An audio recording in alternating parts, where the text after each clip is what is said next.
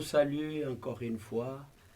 Je suis le frère Dominique Mbemba de l'église l'Assemblée biblique de Kinshasa. Nous sommes sur Rond-Point Ngaba, sur l'avenue Kingulu numéro 11 du côté de Ngaba, juste la deuxième avenue après Equity Bank. Nous sommes sur YouTube également, sur le même adresse, Assemblée biblique de Kinshasa. Nous sommes toujours disponibles si vous avez besoin de suivre nos prédications. Que le Seigneur vous bénisse très richement, très richement. Nous avons voulu vous parler aujourd'hui du mariage, la prédication, le mariage et les divorces, dont beaucoup de nos frères qui ont reçu soi-disant le message ont détourné. Ça, c'est un détournement. Parce qu'ils disent que le frère Branham a prêché la polygamie. Ils disent que le message du temps de la fin, c'est la polygamie. C'est un grand mensonge derrière le nom de notre bien-aimé frère Branham. C'est quelqu'un qui était scripturaire, qui était correct, assis dans les Écritures, et qui ne pouvait jamais aller en dehors de ce que dit la Bible. Voilà pourquoi j'ai voulu vous lire cette écriture dans la Bible, où le Seigneur... c'est Malachie 4, l'Ancien Testament. Le Seigneur est en train de parler à son peuple. Voilà, Malachie chapitre 2, le verset 13. 13, je crois, 16. Voici encore ce que vous faites. Vous couvrez de larmes l'autel de l'Éternel, de pleurs, de gémissements, en sorte qu'il n'a plus égard aux offrandes et qu'il ne peut rien agréer de vos mains. Et vous dites, pourquoi ? Parce que l'Éternel a été témoin entre toi et la femme de ta jeunesse. Suivez ça bien. À laquelle tu es infidèle, bien qu'elle soit ta compagne et la femme de ton alliance. Maintenant, écoutez le verset 15. Nul n'a fait cela avec un reste de bon sens. Un seul l'a fait. Et pourquoi ? Parce qu'il cherchait la postérité que Dieu lui avait promise. Prenez donc garde en votre esprit et qu'aucun ne soit infidèle à la femme de sa jeunesse. Frère Branham connaissait bien cette écriture, très bien. Et il ne pouvait jamais aller à l'encontre de celle-là. Car je hais la répudiation, dit l'Éternel, ainsi de suite. Ici, on parle de l'infidélité, pas des femmes, mais des hommes. On parle de l'infidélité des hommes. Et même encore, le Seigneur dit, il a vu des larmes sur son trône. Les larmes de qui ? Des femmes. Parce qu'il dit, vous dites, qu'est-ce que nous avons fait ? Il dit, pourquoi ? Parce que l'Éternel a été témoin entre toi et la femme de ta jeunesse, à laquelle tu es infidèle, bien qu'elle soit ta compagne et la femme de ton alliance.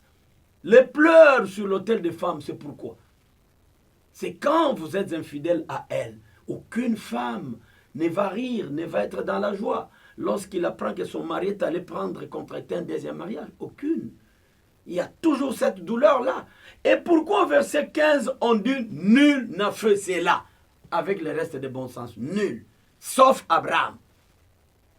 Sauf celui à qui Dieu avait promis une postérité que Dieu a justifié. D'abord parce qu'Abraham n'est pas allé chercher une femme. Ça, on doit se le dire. C'est sa femme qui lui a porté Agar. Ce n'est pas Abraham. Et aussi, elle n'est pas restée sa femme. Parce qu'Abraham avait chassé Agar. Abraham n'a jamais été polygame.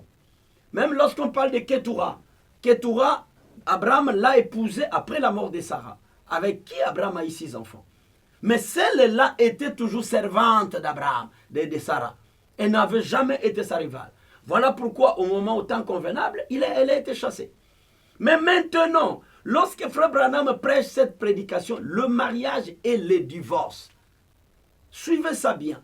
Le mariage, la prédication était intitulée « Le mariage et le divorce ». Ce n'était pas la polygamie. Là-dedans, c'est là-dedans que Frère Branham a essayé de parler de la polygamie. Pourquoi c'est là ? Parce qu'il y a le divorce. Quand quelqu'un est marié jusque-là, il n'y a rien. Frère Branham n'a pas dit que le mariage et la polygamie, non. Il parle du mariage et du divorce. Qu'est-ce que ça veut dire ?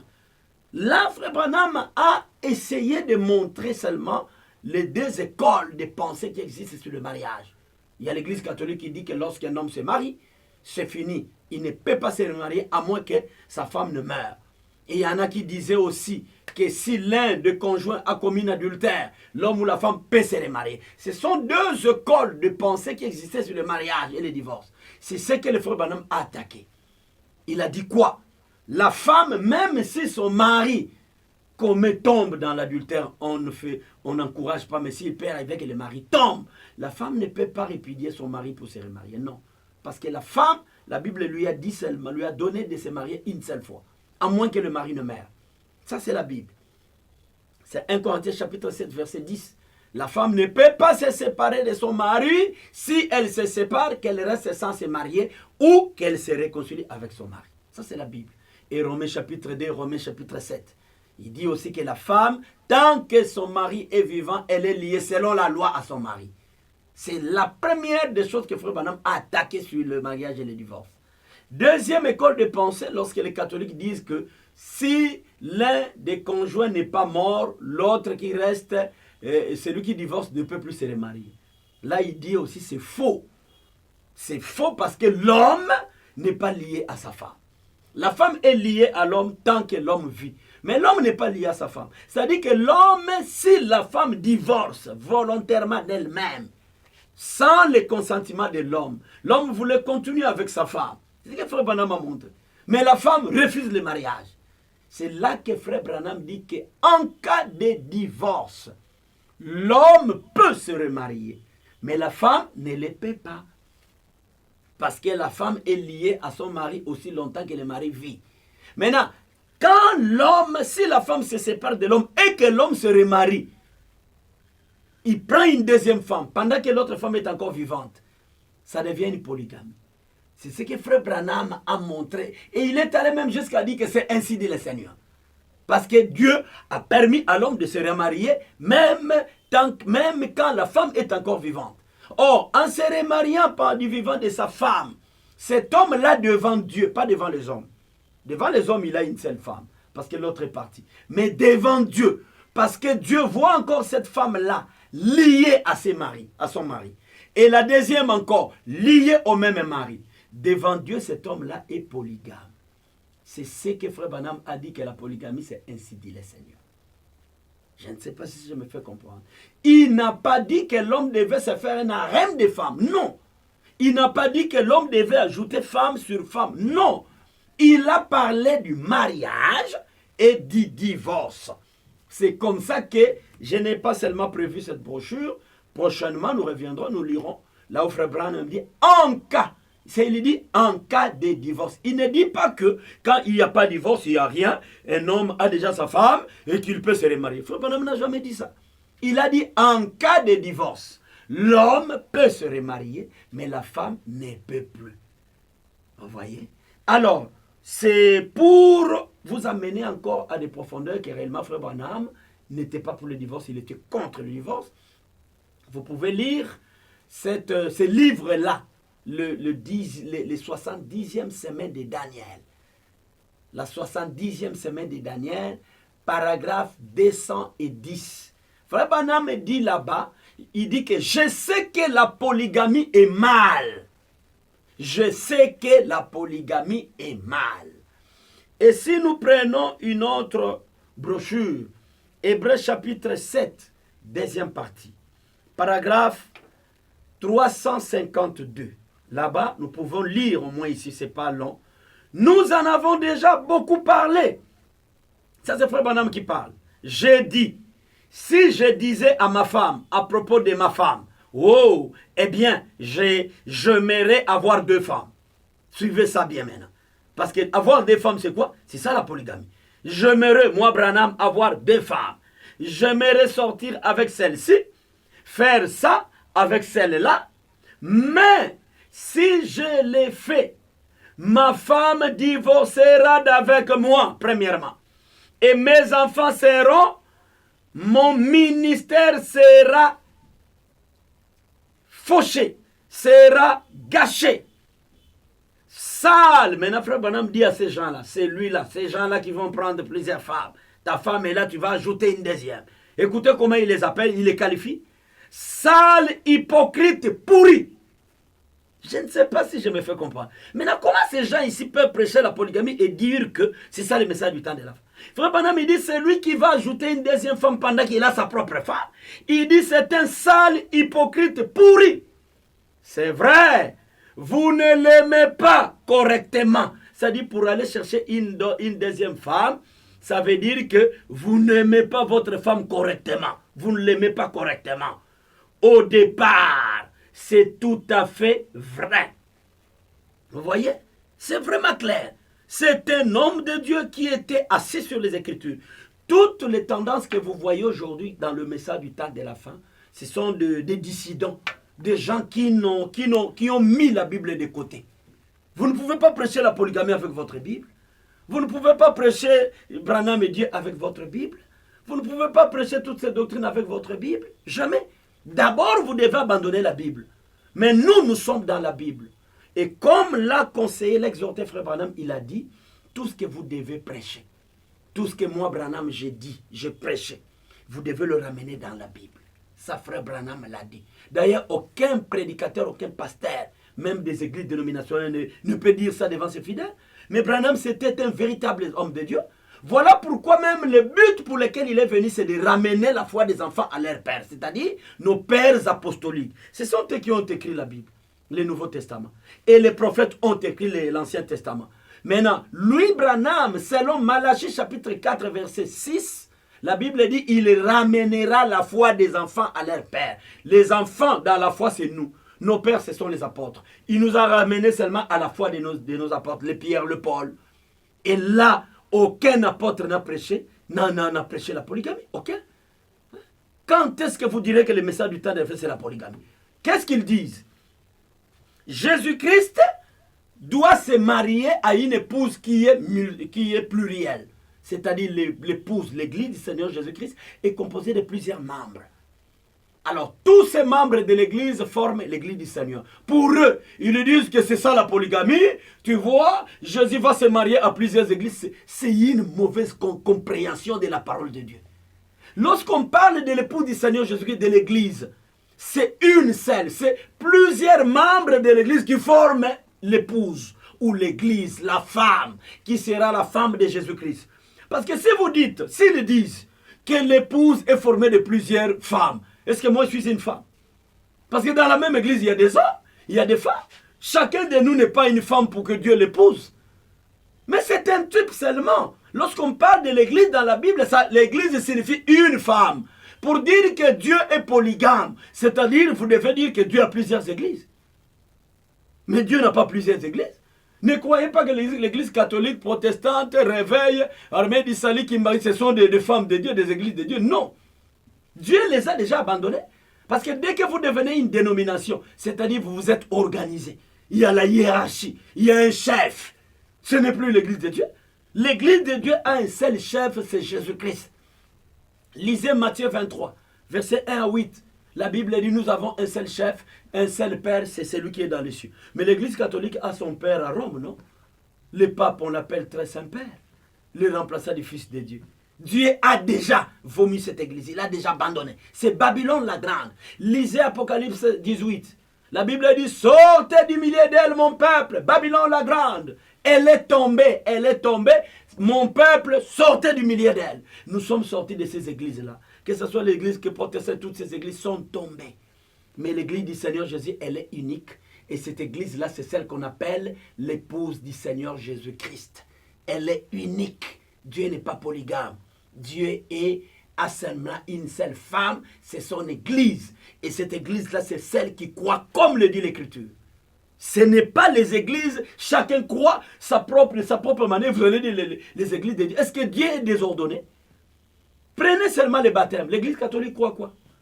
Il croit que le baptême Père, Fils, Saint-Esprit. Protestant, Père, Fils, Saint-Esprit. Je ne sais pas comment, si c'est 3 fois dans l'eau. L'église catholique, c'est on te met des gouttelettes sur la tête. L'église Kimbangi, c'est Père, Fils, Saint-Esprit. Les réveils au nom de Jésus-Christ. L'armée des salides sous les drapeaux. Et il y en a qui sortent les feux.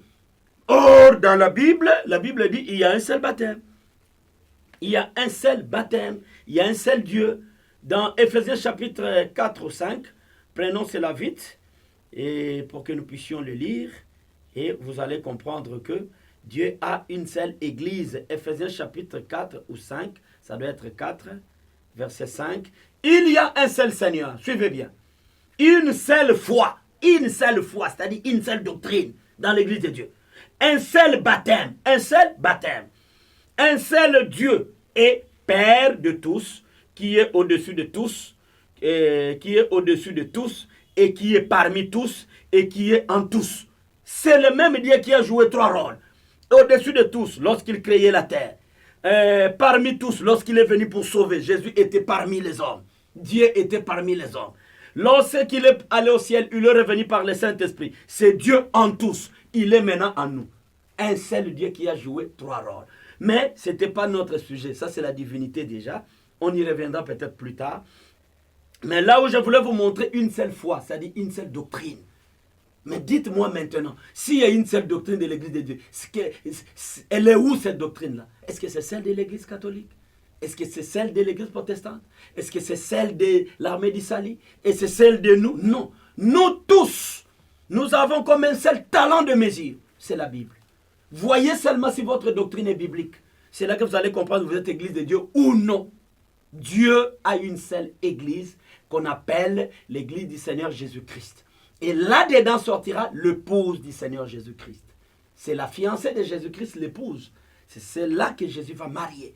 Donc, il y a une seule église, mais qui est composée de plusieurs membres. Ces membres-là, chacun n'est pas une femme de Dieu. Non. Ces membres-là, c'est une partie. Si vous lisez, je crois, en Corinthiens chapitre 12, la Bible dit, c'est lorsque nous recevons le baptême du Saint-Esprit que nous entrons dans le corps même, dans ce corps de Jésus-Christ. Ce corps-là, c'est la femme, non? C'est un corps mystique. C'est ça l'église. C'est ça la femme de Dieu. Vraiment, Dieu, ni Frère Branham, ni la Bible, personne ne peut donner l'aval à la polygamie. Donc le message du temps de la fin par conclusion, ce n'est pas la polygamie, mais c'est simplement la Bible révélée. Et en d'autres termes encore, le message du temps de la fin, c'est le retour à la Bible. Donc vous qui avez été emportés par la confusion de la polygamie, revenez seulement dans la voie de Dieu. Quand tu as déjà ta femme, elle te suffit. Si tu as une seule femme, elle te suffit. Tu peux te remarier si celle-ci meurt. Parce que la Bible dit, si la femme meurt ou l'homme meurt, même la femme n'est plus liée. Elle peut se remarier. Même l'homme peut se remarier. Mais en cas de divorce, l'homme peut se remarier parce que l'homme n'est pas lié à sa femme. Mais la femme ne peut plus se remarier à moins qu'elle puisse se réconcilier à son mari. Parce que je n'avais pas lu ça dans la Bible. C'était aussi important que je montre ça. Parce que souvent les femmes trouvent peut-être une injustice. Comment c'est fait comme ça que l'homme peut se remarier par la femme? C'est seulement la Bible qui le dit. C'est 1 Corinthiens chapitre 7, verset 10.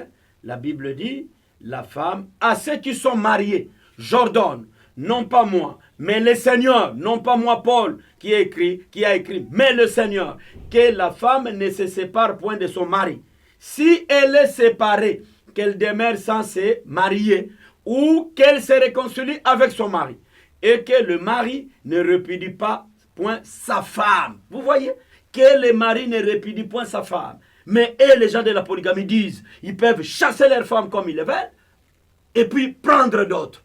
Mais la Bible dit que le mari ne répudie pas sa femme. Même dans Malachie, là où nous avions dit, la Bible dit, je hais la répudiation. Je hais la répudiation.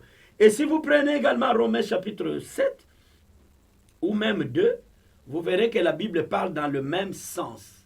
Dans le même sens. Et quel sens? Romains chapitre 2. Romains chapitre 7. Et voilà, verset 2. Ainsi, une femme mariée est liée par la loi. C'est la loi de Dieu. Hein? Une femme mariée est liée par la loi à son mari. Tant qu'il est vivant. Tant que le mari est vivant. Mais si le mari meurt, elle est dégagée de la loi qui l'a liée à son mari. Vous voyez? Si donc du vivant de son mari, elle devient la femme d'un autre homme, elle sera appelée adultère. Mais si le mari meurt, elle est affranchie de la loi, de sorte qu'elle ne peut point, elle n'est point adultère en devenant la femme d'un autre. Vous voyez, ça c'est cela. Mais ceci n'est pas dit de l'homme. La Bible n'a jamais dit que l'homme est lié à sa femme tant que sa femme vit. Nulle part.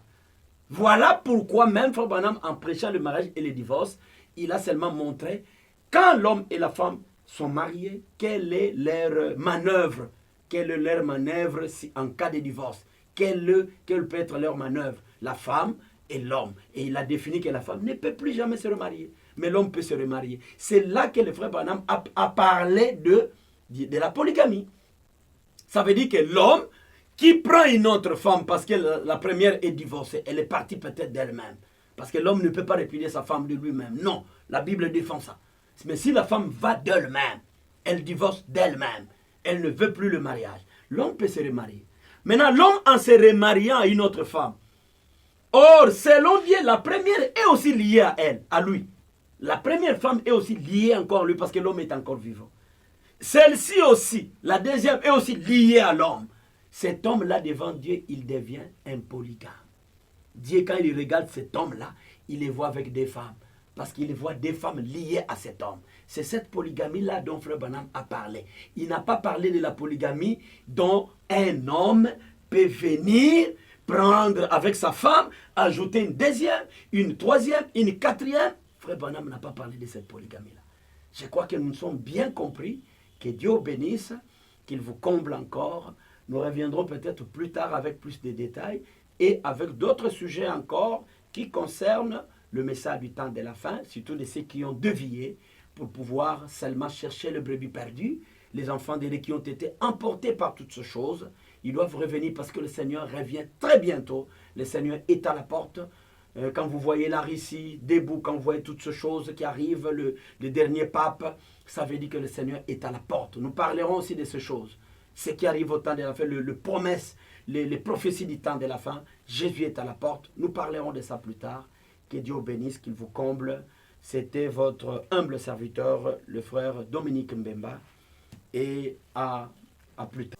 La grâce de notre Père céleste.